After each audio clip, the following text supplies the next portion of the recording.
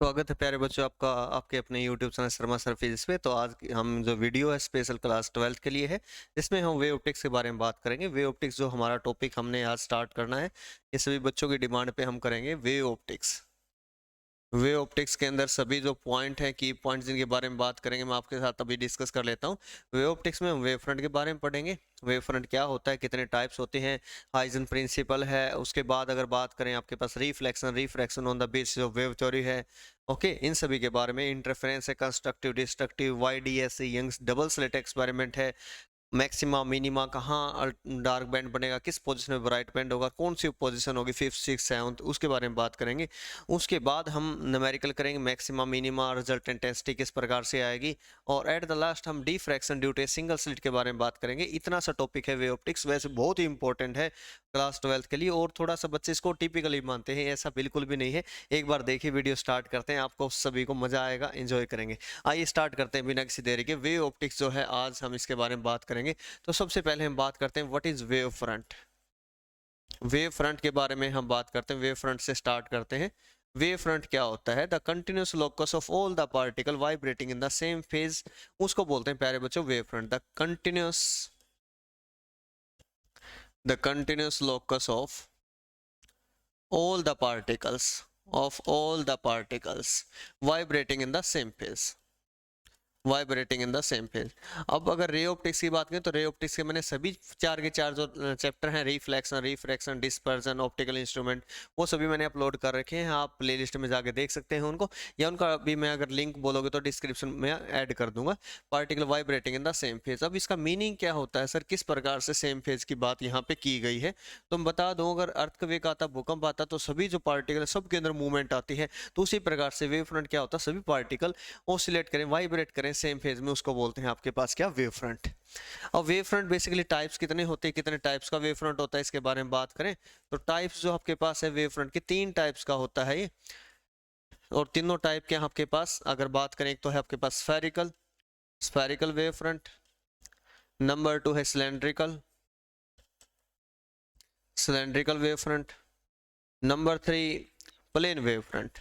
अब इनमें होता है क्या है, किस प्रकार से बताएंगे इनको? प्लेन वेव फ्रंट कब होगा, सिलेंड्रिकल कब होगा, स्फेरिकल कब होगा?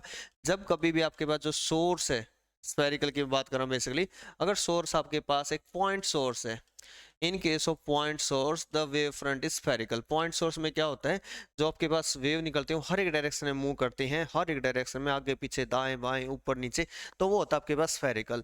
सिलेंड्रिकल में क्या होता है, जब सोर्स आपके पास एक लीनियर सोर्स होता है, लीनियर सोर्स, तो लीनियर सोर्स के अंदर क्या होता है प्यारे बच्चों, ये आपके पास एक सिलेंड्रिकल वेव फ्रंट बनाने का काम करता है। ये कोई पॉइंट है, यहाँ से जो वेव निकलेगी वो हर एक डायरेक्शन में, आगे पीछे, दाएं बाएं, हर एक डायरेक्शन में मूवमेंट करेगी, होता है स्फेरिकल। और लीनियर का भी सोर्स होता है, तो लीनियर में क्या होता है, हर एक पॉइंट पे इस प्रकार से आप बनाएंगे, ये होता है आपके पास क्या, cylindrical. This is called cylindrical wave front, this is called cylindrical wave front. अब क्या होता है, प्लेन कोई अलग से वेव फ्रंट नहीं होता, जब ये दोनों point as well as linear जो सोर्स है, इन दोनों को बहुत ज़्यादा दूर, मतलब इनफाइनाइट डिस्टेंस पे अगर रख दिया जाए, तो इन दोनों सोर्स की वजह से जो वेव फ्रंट बनता है, उसी वेव फ्रंट को बोलते हैं प्लेन वेव फ्रंट। ये था प्लेन वेव फ्रंट के बारे में। इनफाइनाइट पे जब रखा ऑब्जेक्ट को, तब बनता प्लेन वेव फ्रंट। अब ये सर वेव फ्रंट है क्या, इसके बारे में अगर बात की जाए, किस प्रकार से इसको बताया जाएगा, तो मैं आपको बता दूं। तो सबसे पहले आपके पास कौन आता है, फिर कैसे बनता है? सबसे पहले आता है सोर्स। सोर्स से क्या बनता है, प्राइमरी वेव फ्रंट। और प्राइमरी वेव फ्रंट से क्या बनता है, सेकेंडरी वेव फ्रंट। पहले सोर्स होगा, सोर्स मीन्स जैसे यहाँ पे मैं पढ़ा रहा हूँ, तो मैं आपके लिए सोर्स का काम कर रहा हूँ, आप लोगों ने नॉलेज सीखी और दूसरे के साथ शेयर की, तो आप उसके लिए तो सोर्स हो, लेकिन मेरे लिए क्या हो, मेरे प्राइमरी वेव फ्रंट। आपने दूसरे के साथ नॉलेज शेयर की, तो वो क्या बन जाएंगे मेरे लिए, सेकेंडरी वेव फ्रंट। अब मैंने जिनसे नॉलेज ली, मेरे सर हैं पवन डिलो सर, जिनसे मैं पढ़ा, वो मेरे लिए सोर्स हैं। अब मैं उनके लिए प्राइमरी वेव फ्रंट हूँ। अब मेरे जो बच्चे हैं, मेरे लिए वो प्राइमरी वेव फ्रंट, मैं उनके लिए सोर्स हूँ। तो सोर्स ऐसे बदलते रहते हैं, किस प्रकार से, जैसे ही सिचुएशन होती है, अकॉर्डिंग टू सिचुएशन सारी कंडीशन चेंज होती हैं, ठीक है। और सोर्स, प्राइमरी और सेकेंडरी वेव फ्रंट के बारे में पढ़ा। हम सभी ने कि सोर्स बन आएगा, पहले बाप बाप होता है, बेटा बेटा होता है, पहले सोर्स आएगा फिर प्राइमरी। तो ये कभी ऐसा मत कर देना पहले सेकेंडरी बना दो या पहले प्राइमरी फिर सोर्स बनाओ, तो ऐसा नहीं होता बिल्कुल भी। इस प्रकार से सीक्वेंस में ही सारा प्रोसेस होता है। अब क्या था, हाइजन ने पोस्टुलेट दिए, अपना अजम्पशन जो भी हाइपोथेसिस थी उसने बताया उसके अंदर की दो पोस्टुलेट थे। वो किस प्रकार से हाइजन ने बताया, उसने बताया कि जो सोर्स होता है उसका जो प्राइमरी वेव फ्रंट होता है उसका हर एक पॉइंट सोर्स का काम करता है। अब सेकेंडरी में क्या बताया उसने, बोला कि जब भी जो वेवलेट होती हैं, डिस्टरबेंस होती है फॉरवर्ड डायरेक्शन में, जहां भी टच करती है किसी पॉइंट पे, उसी पॉइंट पे एक नया वेव फ्रंट बनता है, उसी वेव फ्रंट को क्या बोलते हैं, सेकेंडरी वेव फ्रंट। तो किस प्रकार से बताया इसके बारे में अगर बताऊं, मैंने आपके साथ नॉलेज शेयर की, मैं सोर्स हूं, तो आप सभी बच्चों ने वो नॉलेज है, आप सभी नए सोर्स की तरह काम किए। जैसे मतलब कि अगर हम बात करें यहाँ से, मैं आपको एक्सप्लेन करूंगा जिस प्रकार से, यहाँ पे मैं आपको एग्जांपल दे रहा हूँ। जैसे कोई टॉर्च है और यहाँ पे कोई बल्ब है, ठीक है, ये बल्ब है, और जैसे मैं इतने से पार्ट को कवर कर लेता हूँ, तब भी क्या होगा, यहाँ से अपर के पोर्शन से लाइट आएगी, लाइट बाहर निकलेगी। बहुत बार आप लोग देखते होंगे सन के डायरेक्ट में कांटेक्ट में नहीं होते आप लोग, फिर भी वहां से रेडिएशन आती है। ये सभी क्या होता है, वेव फ्रंट की वजह से होता है। ये सारे वेव फ्रंट ही हैं आपके पास। तो वेव फ्रंट का लॉजिक यहाँ से क्लियर हो आपको। इसके जो हाइजन के प्रिंसिपल थे, एक बार डायग्राम से भी मैं क्लियर कर देता हूँ, आपको बता देता हूँ।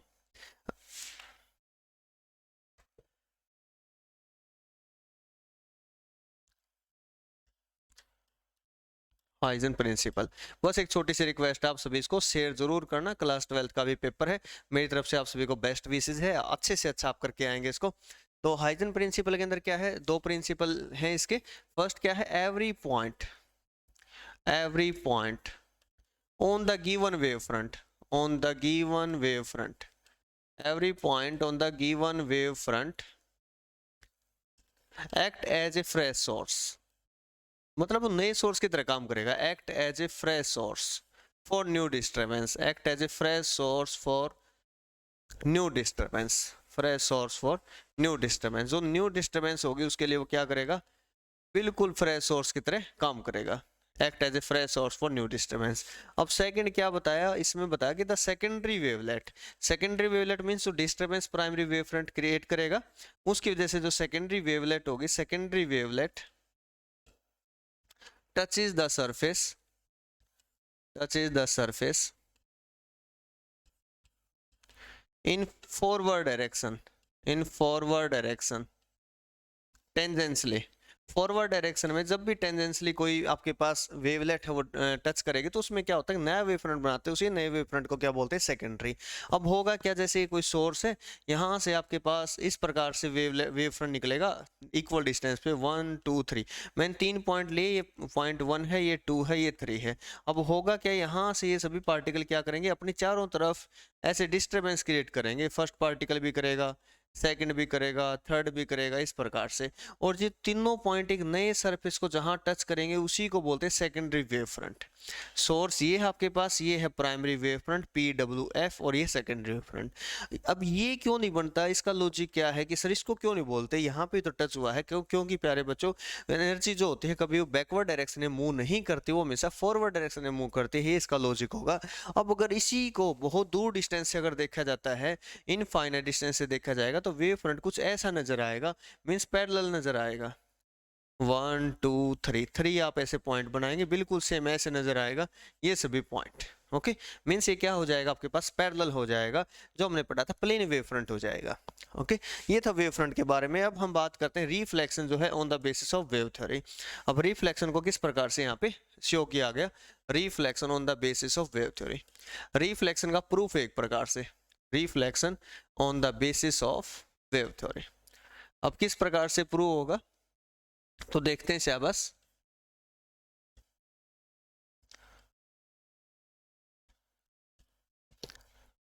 Reflection on the basis of wave theory. अब रिफ्लेक्शन में क्या था, angle I is equal to angle R incident ray reflected and normal lies in the same plane. ये हम लोगों को प्रूव करना है, प्रूफ देना है। इसका किस प्रकार से होगा, देखिए शाबाश, डायग्राम में बिल्कुल अच्छे से क्लियर कर दे रहा हूँ आप लोगों को। ये आपके पास मिरर है, अब क्या होगा, यहाँ से रेज आएंगे आपके पास, इंसिडेंट रेज आएंगी 1, इस प्रकार से बनाएंगे 2, और ये है 3। तीनों एक ही पॉइंट से स्टार्ट हुई थी, बिल्कुल पैरेलल 1 2 3। ठीक है, स्टार्टिंग पॉइंट सेम है तीनों का, लेकिन क्या हुआ, अब ये फर्स्ट जो पार्टिकल है, फर्स्ट जो रेज, उसने पहले ही यहाँ पे मिरर को टच किया, सेकंड ने कुछ टाइम बाद किया, थर्ड ने सबसे लेट किया। ठीक है, टाइम सेम है, तीनों की स्पीड सेम है, तीनों एक ही सोर्स से बनी हुई हैं। तो होगा क्या, जैसे ही रिफ्लेक्शन होगा तो रेज क्या होंगे आपके पास, इस प्रकार से रिफ्लेक्ट होंगी और आगे चली जाएंगी। Reflected ray, reflected ray, reflected ray. With the help of scale करेंगे तो और अच्छे से हो जाएगा। इसको 1 डैश लिखेंगे, इसको 2 डैश, इसको 3 डैश। ठीक है, इस प्रकार से हमने इसके बारे में यहाँ पे प्लॉट किया। अब मैं यहाँ से आपको जो क्लियर करने चाह रहा हूँ वो ये करने जा रहा हूँ, इस लाइन पे बिल्कुल 90 डिग्री आपको ड्रॉ करना, बिल्कुल परपेंडिकुलर 90, यहाँ से इस प्रकार से दिखना चाहिए आपको 90 डिग्री है। इसी को क्या बोलते हैं, primary wave front, PWF, primary wave front. अब सर एंगल के बारे में अगर बात करें, इस पॉइंट पे यहाँ एक नॉर्मल बनता है इस प्रकार से, नॉर्मल। अब ये एंगल क्या होता है, यहाँ से यहाँ तक एंगल आई होता है, लेकिन बुक में सर इसको एंगल आई क्यों लिखते हैं, क्या लॉजिक है इसका, तो इसको समझिए शाबाश। इसको एंगल आई क्यों बोलते हैं, क्योंकि ये पूरा 90 डिग्री है और इतना सा जो एंगल है ये 90 माइनस आई होगा, और ये पूरा जो है सम इसका 90 डिग्री है, ये 90 माइनस आई तो ये आई होगा, सम करेंगे तो आई से आई कटेगा, इसलिए इसको एंगल आई बोलते हैं प्यारे बच्चों। ओके, इसका नाम मैं लिख रहा हूँ यहाँ से ए, इसको लिख रहा हूँ बी। ठीक है, यहाँ पे जैसे कट किया, अब क्या होगा, जैसे यहाँ पे रे आएगी तो वापस जाएगी, और ये रे जब तक यहाँ टच करेगी इस पॉइंट पे, इतने टाइम में जो रे है इतनी ही डिस्टेंस अगर मैं यहाँ से लूँ, अगर कट करूँ उसको, एक पॉइंट पे यहाँ कट हो जाएगी। मीन्स आपको क्या करना है, इस पॉइंट पे भी एक नॉर्मल बिल्कुल परपेंडिकुलर आप लोगों को ड्रॉ कर देना। मैं अभी करके दिखा रहा हूँ आप लोगों को, बिल्कुल परपेंडिकुलर ये, ताकि वो 90 डिग्री अलग से यहाँ पे शो हो। इसको बोलते हैं secondary wave front, SWF। Means क्या है, यहाँ से यहाँ तक की जो डिस्टेंस हम लोगों ने अभी ली है, वो डिस्टेंस और यहाँ से यहाँ तक डिस्टेंस सेम होगी। क्यों होगी सेम, क्योंकि स्पीड क्या होती है, distance by time. Speed is equal to distance by time, और डिस्टेंस क्या होगी, स्पीड, स्पीड तो सेम है क्योंकि मीडियम सेम है, सेम रे है, और टाइम हमने सेम दिया है, तो आपके पास डिस्टेंस भी क्या होगी, सेम ही होगी, अलग नहीं हो सकती। अब है क्या, ये एंगल आई है, सिमिलर वे में जैसे आपके पास रिफ्लेक्टेड रे एंगल आर बनाएगी, उसी प्रकार से आपके पास ये 90 माइनस आर होगा, और ये एंगल क्या होगा फिर से आर। एक ये देखो एंगल 90 डिग्री है, ये एंगल 90 डिग्री है, और ये साइड कॉमन है आपके पास, और क्या कॉमन है, एक यहाँ से लेकर यहाँ तक की जो डिस्टेंस और यहाँ से यहाँ तक की वो भी सेम है। इसको मैं पॉइंट लिख रहा हूँ ए डैश, इसको लिख रहा हूँ बी डैश। अब ध्यान से देखना, हम किसकी बात कर रहा हूँ, A dash B, triangle A dash B. गलती क्या करते हो आप लोग, यही लाइन लेते हो, इसी के ऊपर वेव फ्रंट बनाते हो, तब तो गलत ही आएगा, तब तो ठीक आ ही नहीं सकता। और जो एग्जामिनर होता है वो इसी प्रकार से चेक करता है, आपकी जो गलतियां होती हैं वहां से फिर मार्क्स डिडक्ट हो जाते हैं, कट जाते हैं। आपको बस ये वहम हो जाता है सर ठीक कर दिया मैंने, तो ऐसा नहीं होता, इसको बिल्कुल सावधानी से करना। एक तो ट्राइंगल हमने ली ए डैश बी, एक ली हमने B dash B, B dash B. अब इसमें है क्या, एक तो साइड देखेंगे ना आप, ए बी जो साइड है क्या है, कॉमन है। एक जो एंगल जो है 90 डिग्री है, ये जो एंगल है, एंगल क्या है, एक 90 डिग्री, दोनों में ही एक एंगल क्या है, 90 डिग्री। एक अगर बात करूं मैं यहाँ से लेकर यहाँ तक ए डैश बी, और एक मैं लिख रहा हूँ यहाँ से ए से बी डैश, ये जो दोनों डिस्टेंस सेम है, और किसके इक्वल है, C into T, because speed of light है सी, और टी टाइम है, ये डिस्टेंस का फॉर्मूला स्पीड इंटू टाइम। तो ये साइड भी सेम है। अगर इस प्रकार से कोई होता तो उस केस में हम ट्राइंगल्स को बोलते हैं कॉन्ग्रुएंट, और कॉन्ग्रुएंट ट्राइंगल में जो साइड होती है, जो एंगल होता है वो भी क्या होगा, इक्वली होगा। आपको लिखना so that angle I is equal to angle R. और ये दिखे रहा आपको, इंसिडेंट, रिफ्लेक्टेड और सभी एक ही प्लेन में है। अगर बोर्ड पे मैं कुछ लिखता हूँ एक ही प्लेन में है, इसी प्रकार से जो दो एक्सिस से मिलता है वो प्लेन ही होता है, तो सभी क्या है, एक ही प्लेन के अंदर है। ये आपको इसका प्रूफ देना था। ओके, अब हम बात करते हैं रिफ्रैक्शन की। रिफ्रैक्शन में किस प्रकार से होगा, रिफ्रैक्शन की बात करते हैं, तो refraction on the basis of wave theory, refraction on the basis of wave theory.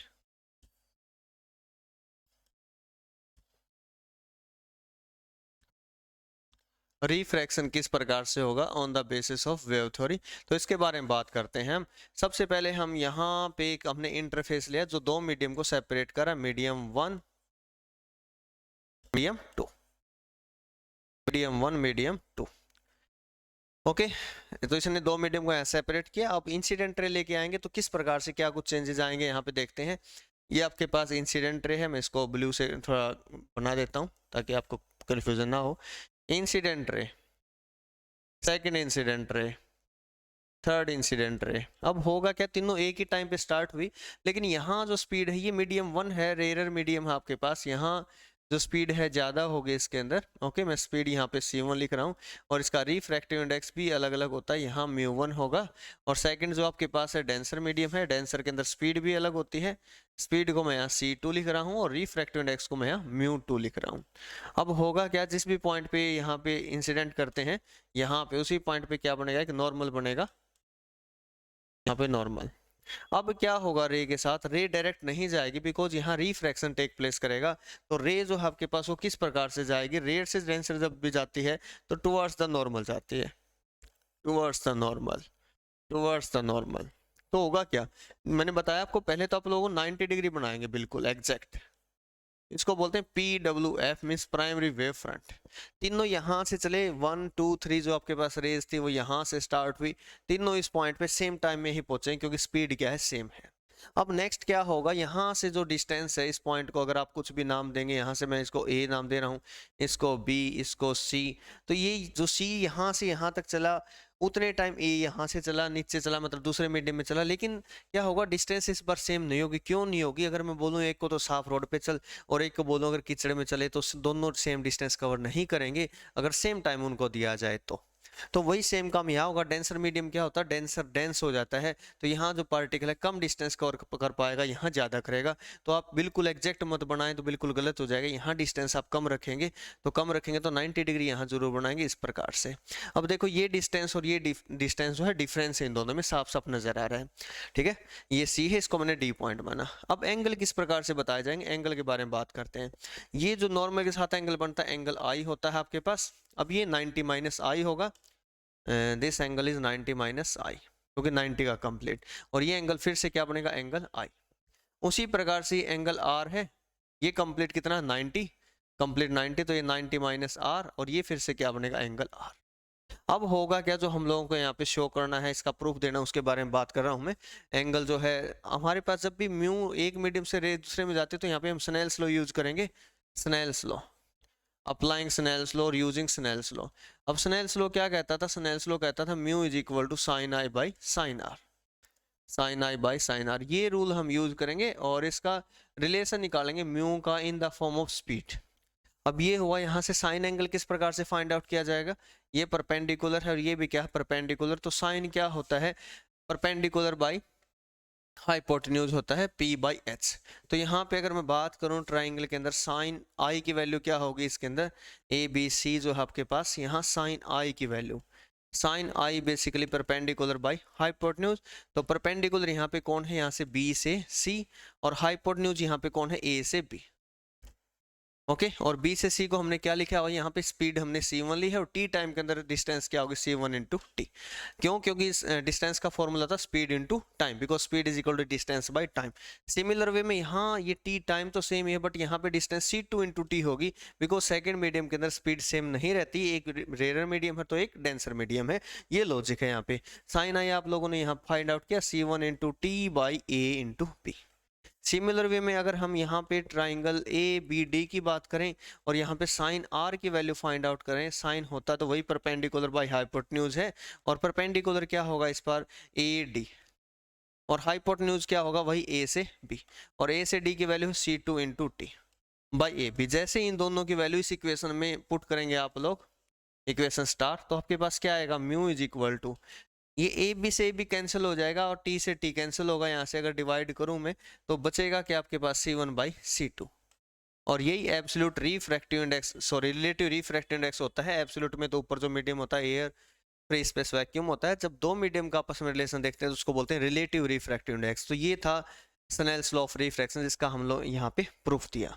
अब हम बात करते हैं सुपरपोजिशन प्रिंसिपल की। उससे पहले मैं आपको बता दूं, आपको जो ध्यान रखना है, म्यू जो होता है वो C1 बाई C2 ही होता है, और इसका फॉर्मूला होता है प्यारे बच्चों F into lambda 1 F into lambda 2। तो F1 F2 क्यों नहीं लिखा, क्योंकि फ्रीक्वेंसी जो होती है वो कैरेक्टरिस्टिक सोर्स की होती है, वो नहीं बदलती मीडियम बदलने से, तो वो सेम रहती है। तो आप ध्यान रखना वेवलेंथ उतनी कम होगी जितनी स्पीड कम होती है, ठीक है। यहाँ तक हमें समझ आया कि किस प्रकार से क्या करना है। नेक्स्ट वीडियो में बात करते हैं, नेक्स्ट पार्ट में बात करते हैं, नोट नेक्स्ट वीडियो। अब हम बात करते हैं सुपरपोजिशन क्या होता है। सर सुपरपोजिशन प्रिंसिपल क्या है, कहाँ यूज होता है। सुपरपोजिशन प्रिंसिपल क्या होता है, जब दो या दो से ज्यादा वेव किसी पॉइंट पे मीट करती हैं तो उन सभी वेव का रिजल्टेंट लिया जाता है, उसको बोलते हैं आपके पास सुपरपोजिशन प्रिंसिपल। रिजल्टेंट किस प्रकार से लेते हैं, अगर 10 बच्चे हैं, सभी 10-10 रुपए इकट्ठे करेंगे तो आपके पास ऐड हो जाएंगे। अगर उन्हीं में से 5 बच्चे ऐसे में जो नहीं दे रहे तो कुछ भी नहीं होगा, उनमें से भी 2-4 बच्चे ऐसे हैं जो उनमें से पैसे निकाल रहे हैं तो माइनस हो जाएंगे। सेम ऐसा ही कंसेप्ट है, अगर कोई वेव ऊपर की तरफ चल रही है 5 के एम्पलीट्यूड से, नेक्स्ट भी 5 के एम्पलीट्यूड से, तो रिजल्टेंट कितना होगा, 10 हो जाएगा। इसी प्रकार से ऐड करनी है, उसको बोलते हैं superposition principle. When number of wave superimpose intersect at a point, then the resultant wave is basically the sum of algebraic sum of vector sum of the displacement of the wave, individual wave, तो उसको बोलते हैं आपके पास superposition. Superposition में पढ़ना किसके बारे में, बेसिकली इंटरफेरेंस के बारे में पढ़ना है। इंटरफेरेंस क्या होता है, इंटरफेयर करना, जब एक दूसरे के मामले में इंटरफेयर करता है उसको इंटरफेरेंस बोलते हैं। यहाँ वेव का बेसिकली लॉजिक है इंटरफेरेंस। व्हेन टू और more than two wave superimpose at a point, जब भी वो सुपर इम्पोज करते हैं, कट करते हैं एक पॉइंट पे, तो एक नई वेव वहां पे बनती है, उसी को इंटरफेरेंस बोलते हैं। और इंटरफेरेंस दो टाइप का होता है, एक होता है कंस्ट्रक्टिव और एक होता है डिस्ट्रक्टिव। कंस्ट्रक्टिव क्या होता है, डिस्ट्रक्टिव क्या होता है, अगर बात की जाए कंस्ट्रक्टिव क्या होता है, डिस्ट्रक्टिव, इसके बारे में हम बात करते हैं। Right,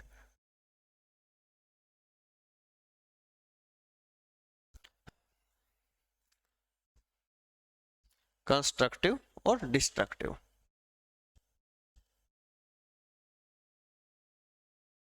constructive and destructive. अब कंस्ट्रक्टिव में क्या होता है और डिस्ट्रक्टिव में क्या होता है।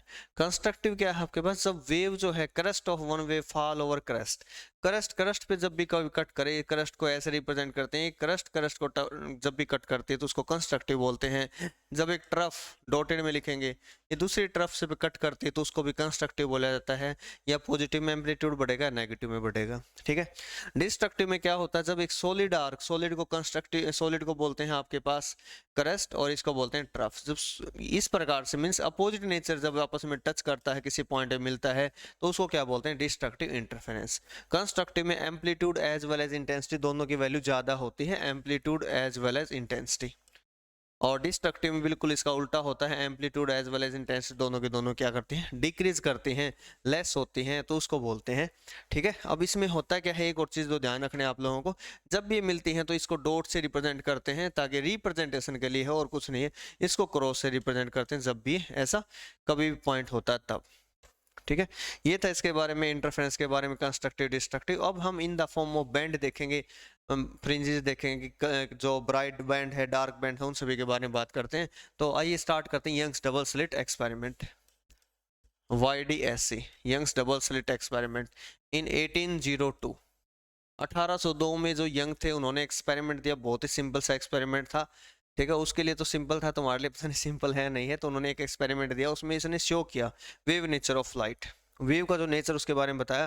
तो यहाँ पे उसने एक मोनोक्रोमेटिक सोर्स लिया। मोनोक्रोमेटिक सोर्स क्या होता है, कोहेरेंट सोर्स क्या होता है। मोनोक्रोमेटिक सिंगल सोर्स को बोलते हैं मोनोक्रोमेटिक, मीन्स जहाँ दूसरे का कोई इंटरफेयर ना हो, सिंगल सोर्स, उसको बोलते हैं मोनोक्रोमेटिक। आप प्योर वर्जन है अपने खुद के तो आप मोनोक्रोमेटिक कहलाओगे, ठीक है। ये मोनोक्रोमेटिक होता है। कोहेरेंट क्या होता है, जब दो सोर्स जो होते हैं जिनका एम्पलीट्यूड फ्रीक्वेंसी सेम होते हैं तो उनको बोलते हैं कोहेरेंट सोर्स। मार्केट से कोई दो बल्ब अगर खरीद के लाते हैं आप, उस केस में अगर बोलें सर दोनों की सेम पावर है, सेम वोल्टेज है, तो उस केस में क्या उसको बोल सकते हैं, क्या नहीं बोला जाता, सिंगल सोर्स को ही बोलते हैं, okay.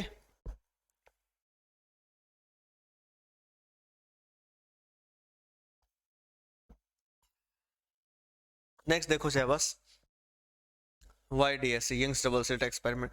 This is the monochromatic source, these are the slits।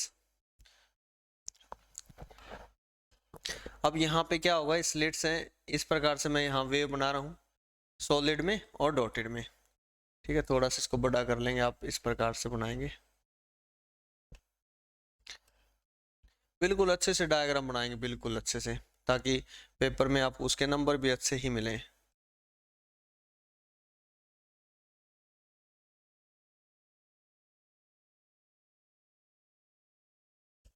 अब यहाँ पे आपको एक स्क्रीन लगानी है। डिस्टेंस क्या होती है प्यारे बच्चों, उसको कैपिटल D से बोलते हैं। स्क्रीन और स्लिट्स की जो डिस्टेंस होती है, और स्लिट्स जो हैं ये दोनों हैं, इनके बीच के डिस्टेंस को स्मॉल d से लिखा जाता है, जो आप लोगों को ध्यान रखना है। कैपिटल D स्क्रीन डिस्टेंस होती है, स्क्रीन आपके पास जो मैंने यहाँ पे बनाई है, जिसके ऊपर बैंड ऑब्टेन होंगे। अब यंग ने क्या बताया यहाँ, इसने बताया कि कंस्ट्रक्टिव डिस्ट्रक्टिव मींस क्रस्ट और ट्रफ की फॉर्म में वेव चलती है। ये क्रस्ट होती है, ये ट्रफ होती है, ये क्रस्ट होती है, ऐसे ही क्रस्ट ट्रफ अल्टरनेट क्रस्ट और ट्रफ यहाँ पे चलती हैं। इस प्रकार का फिनोमिना है। अब होगा क्या, जो मैंने अभी बताया था उस चीज का ध्यान रखना।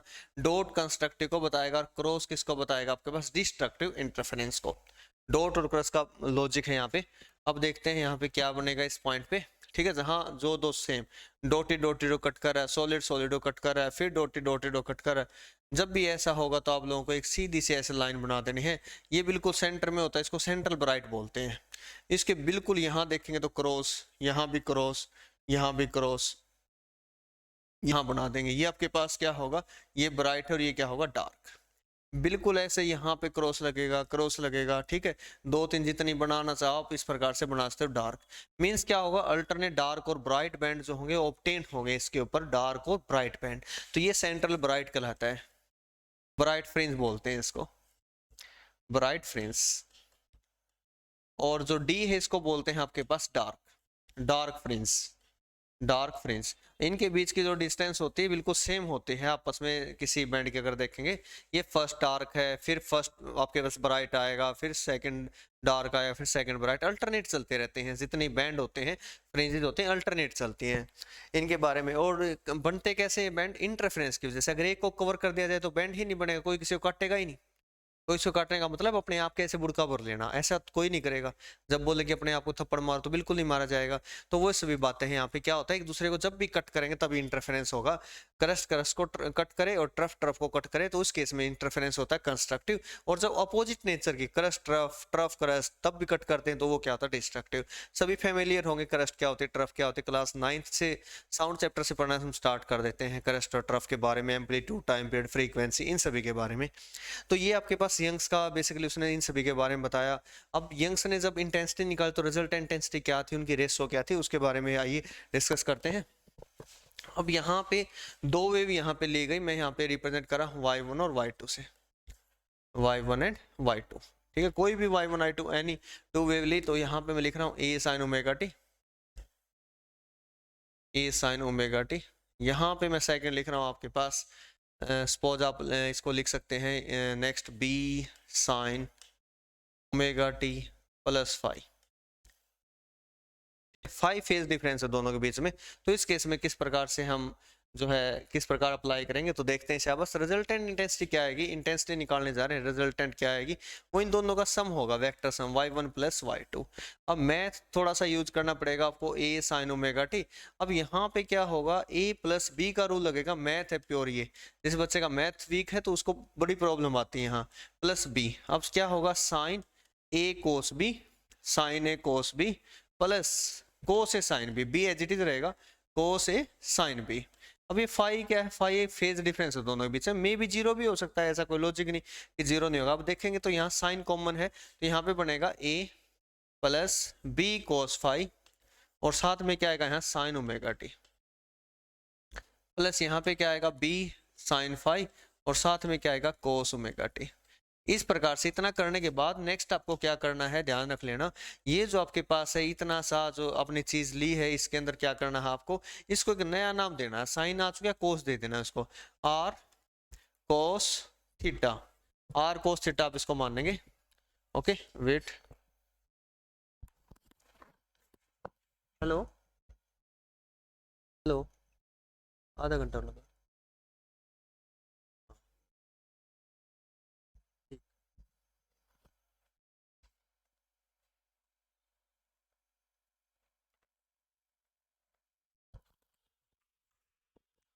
आइए शाबाश स्टार्ट करते हैं। घर से फोन आ गया था, ये भी जरूरी होते हैं सारे काम। तो ये देखो शाबाश, आर कोस थीटा, और ये जो है आपके पास ये है आर साइन थीटा। इसको पुट करना, बस आपको लिखना कि this is equal to this, let करके।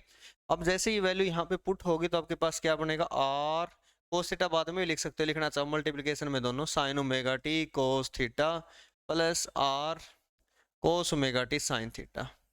अब आर आपको दोबारा से यहाँ पे कॉमन लेना है, ठीक है।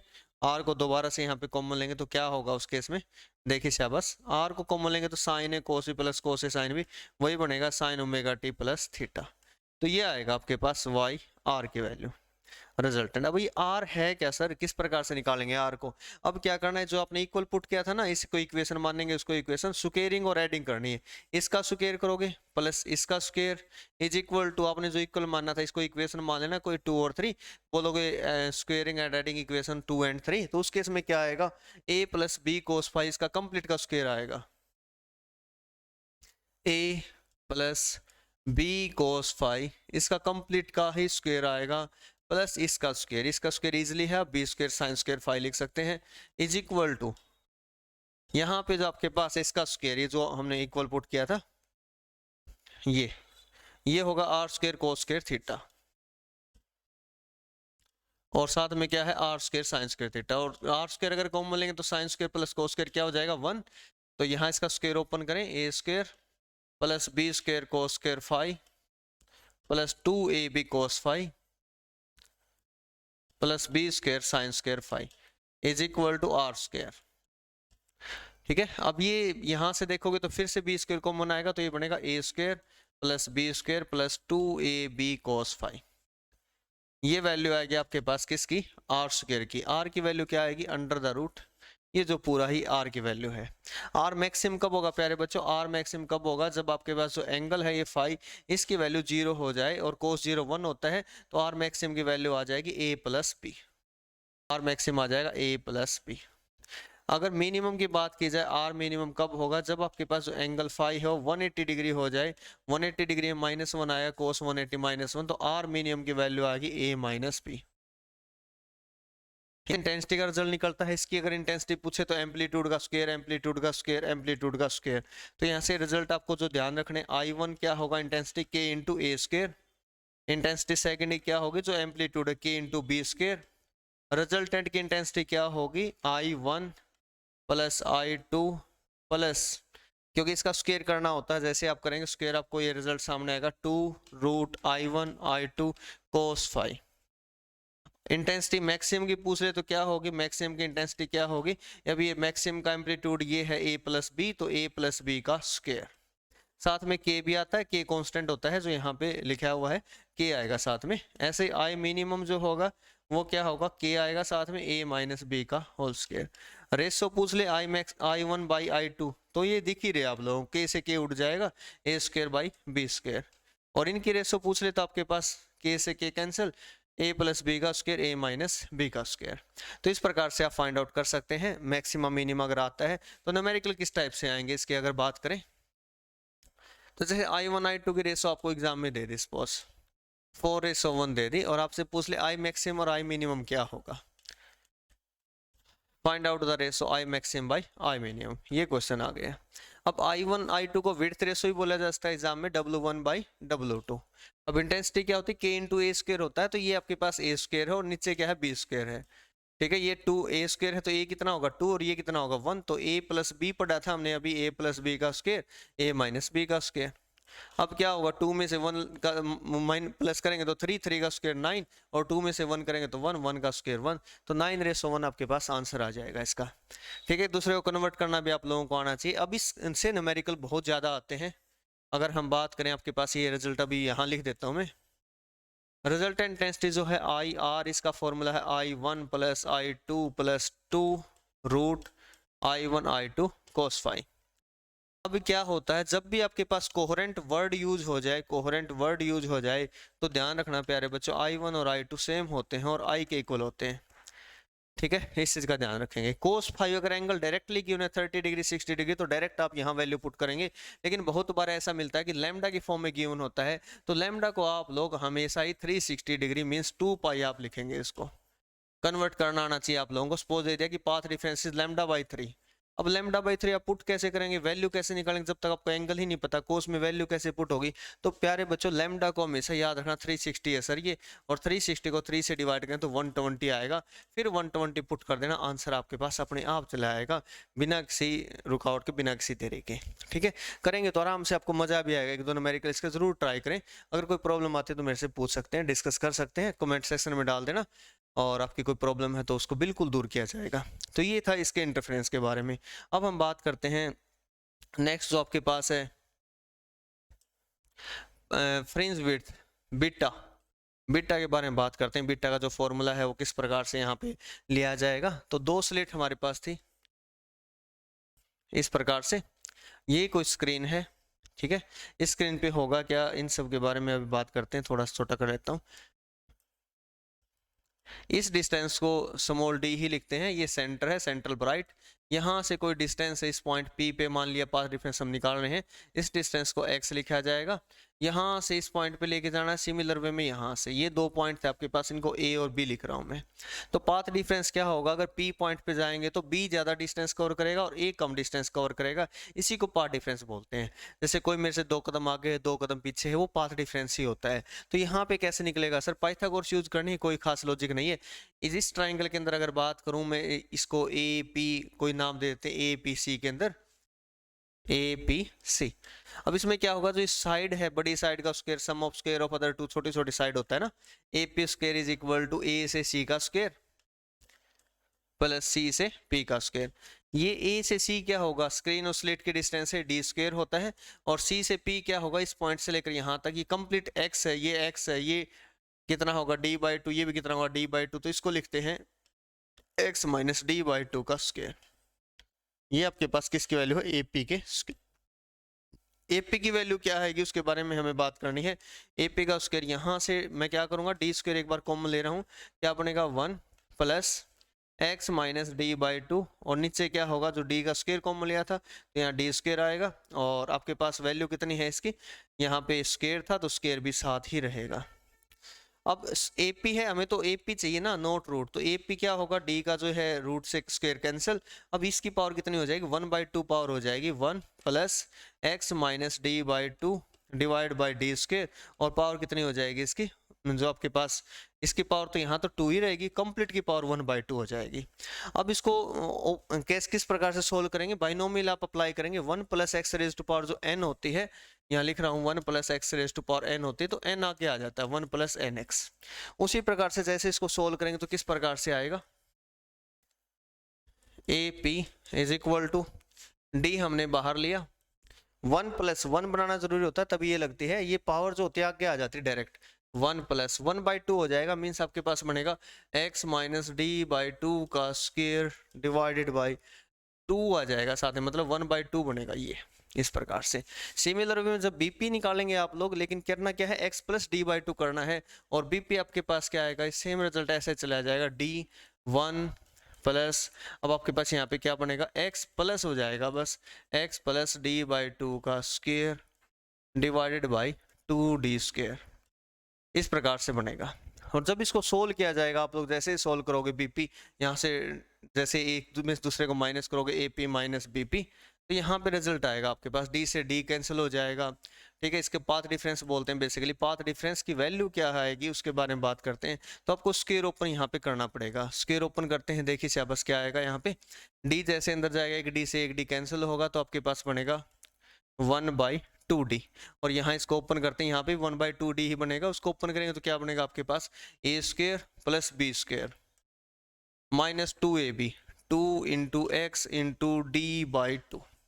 फिर इसको जैसे इसमें से माइनस करेंगे तो इसका एक्स स्क्वायर, ये पूरा ही माइनस हो जाएगा, d²/4, ठीक है। दूसरे में से BP में से AP को माइनस करना था, उल्टा लिख दिया बाय मिस्टेक, क्योंकि ज़्यादा में से कम को माइनस करना है, तो आप ध्यान रख लेना।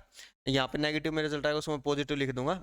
साथ में क्या आएगा, 2 इंटू एक्स इंटू d/2, ये कैंसिल हो जाएंगे इसमें से, और ये बचेगा पॉजिटिव में आया क्योंकि हमने यहाँ पे नेगेटिव उल्टा लिया, 1/2d इंटू क्या आएगा आपके पास, ये जो है 2 से 2 कैंसिल हो जाएगा, और आपके पास बनेगा 2 कैंसिल होने के बाद xd, और वहाँ से भी xd बनेगा, तो 2xd आ जाएगा, 2 इंटू एक्स इंटू टी। 2 से 2 कैंसिल होगा तो ये बनेगा xd/d। ये आपके पास पाथ डिफरेंस आएगा।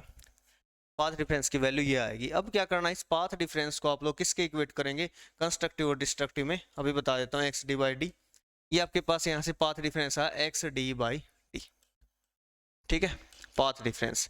अब पाथ डिफरेंस एक तो ये आया है आपके पास, एक उसकी फॉर्म में आता है, एन की फॉर्म में आता है, जो फ्रिंज विड्थ हम निकालते हैं।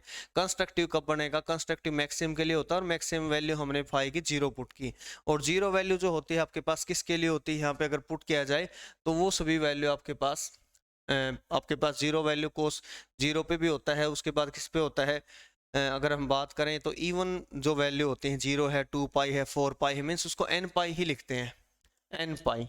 n पाई यहाँ से वैल्यू आएगी, एक आपके पास ये वैल्यू आएगी जो एंगल है फाई, उसकी वैल्यू n पाई, और एक में आपके पास वैल्यू आएगी 2n minus 1 pi by 2। Means ये तो आपके पास इवन नंबर के लिए होता है, ओड के लिए, मीन्स ये तो मैक्सिमा देता है आपके पास, मैक्सिमा मीन्स कंस्ट्रक्टिव, और यहाँ से मिनिमा आता है। अगर यहाँ से लॉजिक क्लियर नहीं हो कि मैक्सिमा मिनिमा कैसे आता है, मैं बता दूं आपको, पीछे की जो स्लाइड थी वहां से आपको अभी कंफर्म कर देता हूं मैं। सॉरी बाय मिस्टेक, ये यहाँ पे जो स्लाइड चल रही थी, चलो कोई बात नहीं, उसके बारे में बता देता हूँ आपको। कंस्ट्रक्टिव डिस्ट्रक्टिव जो इक्वेशन आई थी ना, r is equal to i1 plus i2 plus 2 root i1 i2, इतनी नॉलेज नहीं मुझे अब कहाँ मिलेगी स्लाइड, तो हम कंटिन्यू ही करते हैं इसको बिना किसी देरी के। तो पाथ डिफरेंस जो फाई है, पाथ डिफरेंस जो आपके पास फाई है, तो इस फाई की जो वैल्यू है बेसिकली जो साइज n पाई होगा आपके पास मैक्सिमा के लिए, और 2n माइनस 1 पाई बाई 2 होगा आपके पास मिनिमा के लिए, ठीक है। अब यहाँ से जो पाथ डिफरेंस होता है, पाथ डिफरेंस का फॉर्मूला क्या होता है, पाथ डिफरेंस जो होता है आपके पास वो होता है lambda by 2 pi into phase difference, जितना ही फेज डिफरेंस है। अगर मैं कंस्ट्रक्टिव के लिए निकालता हूँ तो कंस्ट्रक्टिव के लिए ये वैल्यू यहाँ पे पुट होगी n इंटू पाई, n से n कैंसिल, सॉरी पाई से पाई कैंसिल होगा, ये आपके पास क्या बनेगा n लैम्डा बाई 2। इसी प्रकार से अगर बात करें, ये मतलब कि 0 है, 2 पाई है, 4 पाई है, तो इसको 2n पाई लिखते हैं, और n की जगह 0 1 2 आप इस प्रकार से पुट कर सकते हैं, 2 से 2 कैंसिल होगा, ये बनेगा आपके पास n लैम्डा, ठीक है। n लैम्डा यहाँ से आएगा आपके पास, और n लैम्डा को जब आपके पास पुट किया जाएगा, जो पाथ डिफरेंस आया था आपके पास अभी जो हमने वैल्यू निकाली x d बाई डी, तो x की वैल्यू यहाँ से आएगी n lambda d by D. अब फर्स्ट के लिए अगर बात करें, n की जगह 1 पुट करेंगे तो बनेगा lambda d by D. Next अगर पुट करेंगे 2 तो 2 लैम्डा d बाई डी। अगर 3 पुट करेंगे तो नेक्स्ट आएगा। और इनका जो डिफरेंस होता है ना, ये पहला ब्राइट है, दूसरा ब्राइट, तीसरा ब्राइट, इनके जो डिफरेंस होता है उस डिफरेंस को बोलते हैं फ्रिंज विड्थ बीटा। और बीटा क्या आएगा, एक दो में से एक माइनस होगा, तो फ्रिंज विड्थ बीटा जो आएगी, बीटा का रिजल्ट आएगा आपके पास लैम्डा d बाई डी, ठीक है। ये तो ब्राइट के बारे में बात थी। अब अगर डार्क के बारे में बात करते हैं, डार्क में क्या आएगा, तो ये रिजल्ट आप यहाँ फाई का पुट करेंगे। पहले तो पाथ डिफरेंस निकालेंगे। पाथ डिफरेंस क्या आएगा, lambda by 2 pi bracket 2n minus 1 pi by 2। पाई से पाई यहाँ पे कैंसिल होगा, तो ये क्या बनेगा आपके पास 1/4 बनेगा, लैम्डा बाई 4 बोल सकते हो, लैम्डा बाई 4 2n माइनस 1। यहाँ से ये रिजल्ट आया, और यहाँ पहले रिजल्ट हमने जो निकाला था x की फॉर्म में, वह रिजल्ट ये था। दोनों को इक्वेट करेंगे तो एक्स डी बाई डी जो है इसकी वैल्यू आएगी 2n minus 1 lambda by 4। x की वैल्यू आएगी, इस d को इस साइड भेज दो और ये d भी नीचे आ जाएगा, 2n minus 1 lambda d by 4d। n की जगह 1 पुट करेंगे तो 2 में से 1 जाएगा, तो क्या बचेगा आपके पास लैम्डा d बाई 4d। ये पहला डार्क है, फर्स्ट डार्क। अब सेकंड डार्क कहाँ बनेगा, 2 पुट करेंगे, 2 2 जा 4, अब ये बनेगा 3 लैम्डा d बाई 4d। ये आपके पास क्या है, सेकंड डार्क। और इन दोनों का जो डिफरेंस है, नेक्स्ट में से ऐसे ही 5 आ जाएगा, 7 आ जाएगा, इन दोनों का डिफरेंस है, नीचे बेस सेम है, 3 में से अगर ये जाएगा 2 बचेगा आपके पास, ठीक है। अगर बेस सेम है तो उस केस में आपके पास क्या आएगा, सेम ही रिजल्ट आता है, कोई खास इसमें ऐसा नहीं होता। 2n माइनस 1 पाई, 2n माइनस 1 पाई ही होता है शायद, है ना। ये मैक्सिमम जब मिनिमा की बात करते हैं, ये तो 0 पे होता है, फिर 2 पाई पे होता है, ये आपके पास पाई 3 पाई पे होता है। तो पाई यहाँ पे अगर n की जगह 0 पुट करेंगे तो 1 पुट करेंगे तो 2 2 हाँ 2 नहीं लिखा जाएगा, यहाँ पे 2 बाई मिस्टेक लिखा हुआ ये, तो यहाँ पे लैम्डा बाई 2 ही रहेगा 2, ठीक है। ये थोड़ा सा आप चेंज कर लेना, यहाँ पे 2 आएगा और ये भी क्या आएगा, 2 आएगा। इनका डिफरेंस तब जाके सेम बनना चाहिए, फ्रिंज विड्थ तभी सेम आती है। बाय मिस्टेक ऐसा हो गया, लैम्डा डी बाई डी, यही रिजल्ट रहेगा लैम्डा डी बाई डी, चाहे वो फ्रिंज विड्थ आपके पास ब्राइट की, चाहे वो डार्क की है। अब फ्रिंज विड्थ का फॉर्मूला क्या रहेगा, lambda D by D. Lambda क्या प्यारे बच्चों, वेवलेंथ, कैपिटल डी क्या स्क्रीन की डिस्टेंस, और स्मॉल डी क्या आपके पास डिस्टेंस बिटवीन द स्लिट्स, ठीक है। इतनी सी वीडियो एक बार जरूर देख लेना ये, और जो डिफ्रैक्शन है वो नेक्स्ट पार्ट में मैं कंटिन्यू करूंगा। Thank you so much for watching the video.